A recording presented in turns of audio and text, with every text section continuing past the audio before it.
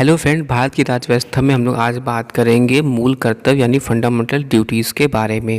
यद्यपि नागरिकों के अधिकार और कर्तव्य आपस में संबंधित और अविभाज्य हैं, लेकिन मूल संविधान में मूल अधिकारों को रखा गया है, ना कि मूल कर्तव्यों को। दूसरे शब्दों में संविधान निर्माताओं ने यह आवश्यक नहीं समझा कि नागरिकों के मूल कर्तव्यों को संविधान में जोड़ा जाए। हालांकि उन्होंने राज्य के कर्तव्यों को राज्य के निर्देशक तत्वों के रूप में शामिल किया। बाद में 1976 में नागरिकों के मूल कर्तव्यों को संविधान में जोड़ा गया। 2002 में एक और मूल कर्तव्य को जोड़ा गया। भारतीय संविधान में मूल कर्तव्यों को पूर्व रूसी संविधान से प्रभावित होकर लिया गया। उल्लेखनीय है कि प्रमुख लोकतांत्रिक देशों जैसे America, Canada, France, Germany, Australia आदि के संविधानों में नागरिकों के कर्तव्यों को विश्लेषित नहीं किया गया। संभवतः एकमात्र जापानी संविधान में नागरिकों के कर्तव्यों को रखा गया है। इसके विपरीत समाजवादी देशों ने अपने नागरिकों के मूल अधिकारों एवं कर्तव्यों को बराबर महत्व दिया गया है। रूस के संविधान में घोषणा की गई है कि नागरिकों के अधिकार, प्रयोग एवं स्वतंत्रता उनके कर्तव्यों एवं दायित्वों के निष्पादन से अविभाज्य है। स्वर्ण सिंह समिति की सिफारिशें। 1976 में कांग्रेस पार्टी ने सरदार स्वर्ण सिंह समिति का गठन किया, जिसे राष्ट्रीय आपातकाल 1975 से 77 के दौरान मूल कर्तव्यों, उनकी आवश्यकताएं आदि के संबंध में संतृप्ति देनी थी। समिति ने सिफारिश की कि संविधान में मूल कर्तव्यों का एक अलग पाठ होना चाहिए। उसमें बताया गया कि नागरिकों को अधिकारों के प्रयोग के अलावा अपने कर्तव्यों को निभाना भी आना चाहिए। केंद्र में कांग्रेस सरकार ने इस सिफारिशों को स्वीकार करते हुए 42वें संविधान संशोधन अधिनियम 1976 को लागू किया। इसके माध्यम से उन संविधान में एक नए भाग 4th का को जोड़ा गया। इस नए भाग में केवल एक अनुच्छेद था और वह अनुच्छेद 51 का था, जिसमें पहली बार नागरिकों के 10 मूल कर्तव्यों का विशेष विश्लेषण उल्लेख किया गया। सत्तारूढ़ कांग्रेस पार्टी ने घोषणा की कि संविधान में मूल कर्तव्यों को न जोड़ा जाना ऐतिहासिक भूल थी और दावा किया कि जो काम संविधान निर्माता नहीं कर पाए उसे अब किया गया। यद्यपि स्वर्ण सिंह समिति ने संविधान में 8 मूल कर्तव्यों को जोड़े जाने का सुझाव दिया था, लेकिन 42वें संविधान संशोधन अधिनियम 1976 द्वारा 10 मूल कर्तव्यों को जोड़ा गया। समिति द्वारा दी गई सिफारिशों को कांग्रेस पार्टी द्वारा स्वीकार नहीं किया गया और इन्हें संविधान में शामिल नहीं किया गया। इनमें शामिल है, पहला, संसद किसी आर्थिक दंड या सजा का प्रावधान तब तक करती है जब कोई किसी कर्तव्य का अनुपालन से इनकार कर दे। दूसरा, मूल अधिकार के लागू करने के आधार या मूल कर्तव्यों के अरुचिकर होने के आधार पर कोई भी कानून इस तरह का अर्थदंड या सजा लगाने का प्रावधान अदालत द्वारा नहीं करेगा। तीसरा, कर अदायगी को भी नागरिकों का मूल कर्तव्य होना चाहिए। मूल कर्तव्यों की सूची। अनुच्छेद 51 का के अनुसार भारत के प्रत्येक नागरिक का कर्तव्य होगा कि वह पहला, संविधान का पालन करे और उसके आदर्शों, संस्थाओं, राष्ट्रध्वज और राष्ट्रगान का आदर करे। दूसरा, स्वतंत्रता के लिए हमारे राष्ट्रीय आंदोलन को प्रेरित करने वाले उच्च आदर्शों को हृदय में संजोए रखे और उनका पालन करे। तीसरा, भारत की संप्रभुता, एकता और अखंडता की रक्षा करे और उसे अक्षुण्ण रखे। चौथा, देश की रक्षा करे और आहवान किए जाने पर राष्ट्र की सेवा करे। पांचवा, भारत के सभी लोगों में सरसता और समान भ्रातृत्व की भावना का निर्माण करे, जो धर्म, भाषा और प्रदेश या वर्ग आधारित सभी भेदभाव से परे हो। ऐसी प्रथाओं का त्याग करे जो स्त्रियों के सम्मान के विरुद्ध है। छठा पॉइंट, हमारी सामाजिक संस्कृति की गौरवशाली परंपरा का महत्व समझे और इसका परीक्षण करें। सातवां पॉइंट, प्राकृतिक पर्यावरण की, जिसके अंतर्गत वन, झील, नदी और वन जीव हैं, रक्षा करें और उसका संवर्धन करें तथा प्राणी मात्र के प्रति दया भाव रखें। आठवां, वैज्ञानिक दृष्टिकोण, मानववाद और ज्ञानार्जन तथा सुधार की भावना का विकास करें। नवा, सार्वजनिक संपत्ति को सुरक्षित रखें और हिंसा से दूर रहें।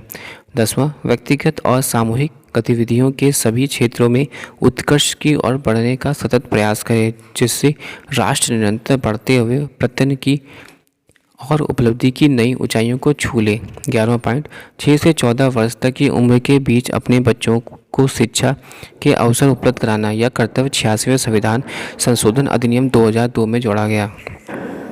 मूल कर्तव्यों की विशेषताएं। निम्नलिखित बिंदुओं में मूल कर्तव्यों की विशेषताओं के संदर्भ में उल्लेखित किया जा सकता है। पहला पॉइंट, उनमें से कुछ नैतिक कर्तव्य हैं तो कुछ नागरिक। उदाहरण के लिए स्वतंत्रता संग्राम के उच्च आदर्शों का सम्मान एक नैतिक दायित्व है, जबकि राष्ट्रीय ध्वज एवं राष्ट्रीय गान का आदर करना नागरिक कर्तव्य है। दूसरा, ये मूल भारतीय परंपरा, पौराणिक कथाओं, धर्म एवं पद्धतियों से संबंधित है। दूसरे शब्दों में ये मूलतः भारतीय जीवन पद्धति के आंतरिक कर्तव्यों का वर्गीकरण है। तीसरा, कुछ मूल अधिकार जो सभी लोगों के लिए हैं, चाहे वो नागरिक हों या विदेशी, लेकिन मूल कर्तव्य केवल नागरिकों के लिए है, ना कि विदेशियों के लिए। चौथा पॉइंट, निदेशक तत्वों की तरह मूल कर्तव्य गैर न्यायोचित हैं। संविधान में सीधे न्यायालय के जरिए उनके क्रियान्वयन की व्यवस्था नहीं है, यानी उनके हनन के खिलाफ कोई कानूनी संस्तुति नहीं है, यद्यपि संसद उपयुक्त विधान द्वारा इनके क्रियान्वयन के लिए स्वतंत्र है। मूल कर्तव्यों की आलोचना।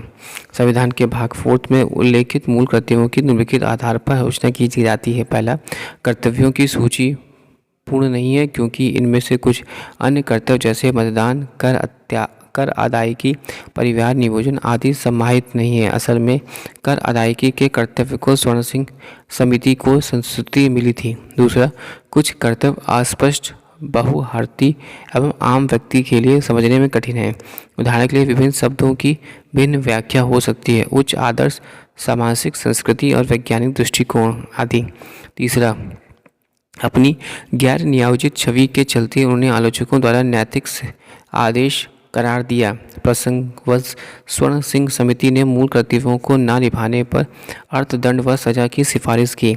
चौथा, संविधान में इन्हें शामिल करने को आलोचकों द्वारा अतिरेक करार दिया गया। ऐसा इसलिए क्योंकि संविधान में शामिल मूल कर्तव्यों को उन सभी को मानना है जो संविधान से संबद्ध ना भी हों।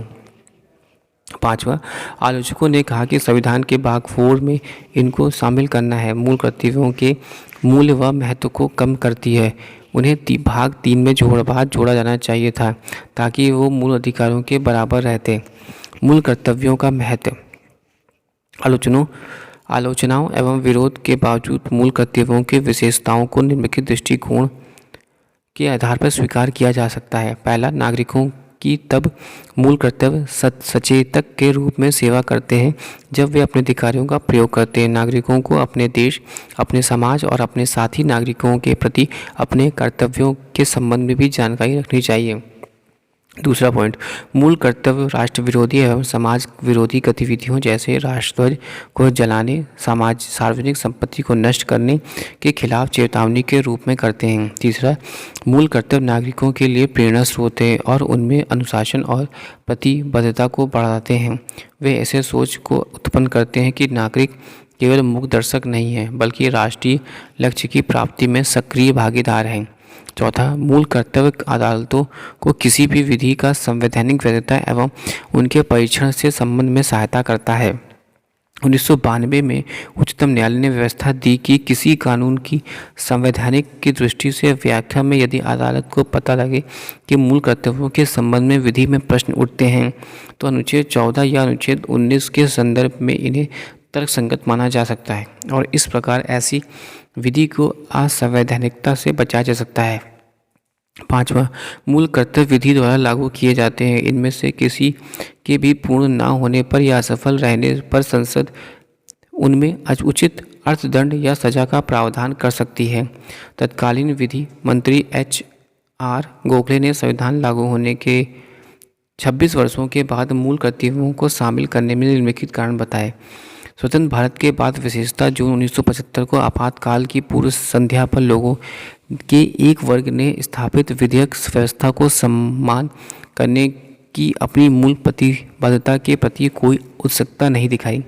दूसरा, आगे बात करते हैं तो मूल कर्तव्यों के संबंधी पीठ के प्रावधानों को आंदोलनकारी लोगों जिन्होंने विगत में राष्ट्र विरोधी आंदोलन और असंवैधानिक विद्रोह किए हैं वे स्वयं ही प्रभाव होगा। तत्कालीन प्रधानमंत्री इंदिरा गांधी ने संविधान के मूल कर्तव्यों को जोड़ने को उचित ठहराते हुए यह तर्क दिया था कि इससे लोकतंत्र को मजबूती मिलेगी। उन्होंने कहा कि मूल कर्तव्यों को नैतिक मूल अधिकार का